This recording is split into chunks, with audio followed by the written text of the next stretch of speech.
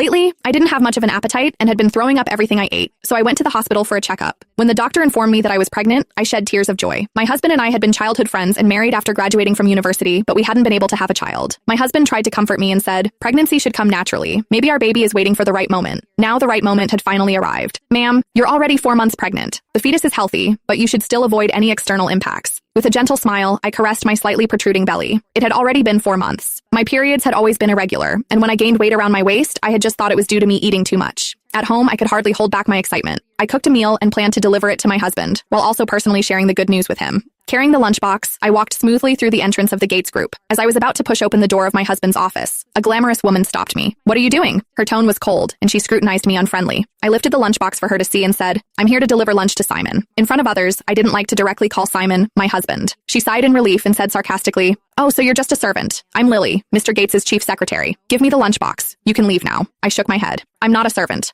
I want to personally deliver the lunch to Mr. Gates. Please let me in." As soon as I finished speaking, the woman's anger flared. She snatched the lunchbox from my hands. "Who do you think you are? You're just a servant and you think you can seduce Mr. Gates? You're dressed so coquettishly as well. I'll teach you a lesson that you'll never forget today." Saying this, she swiftly dragged me into the meeting room, shut the door, and slapped me. My face instantly swelled and I fell to the ground. Before I could react, I was kicked on the head. The baby! Ignoring everything else, I curled up and tightly protected my belly. "I want to see what you're delivering to Mr. Gates." Lily Wood opened the lunchbox and dumped its contents on my head. The beef soup that I had spent hours cooking was scalding hot and dripped from my hair onto the floor. My scalp burned with pain, but I didn't dare change my position, afraid of harming the baby. "Oh, there's also roast chicken. But you can forget about trying to please Mr. Gates with food like this." She grabbed my chin roughly, applying pressure to force my mouth open. "If you like cooking so much, then why don't you have a taste of your own cooking?" The roast chicken, dripping with grease, was slammed onto my face. My eyes and nose were immediately overwhelmed with a burning sensation, and I cried out in pain. Lily lightly clapped her hands and said with disgust, "So gross and greasy, it almost ruined my new manicure." Looking down at me with contempt, she continued, "Do you really believe the saying that to win a man's heart, you should first win his stomach? With your status, why do you think you deserve Mr. Gates?" I tried to explain but was interrupted by a coughing fit from the grease. The oil had choked me a little, which made it difficult for me to say anything. At that moment, there was a knock on the meeting room door. "Lily, what's up with the noise inside?" I breathed a sigh of relief, thinking that I was saved. However, Lily just sneered and went to open the door. "This bitch is trying to seduce Mr. Gates. I'm just teaching her a lesson." The secretaries at the door all had disdainful looks on their faces. "Mr. Gates is a great man. That's why these bitches all want to seduce him." Lily snorted.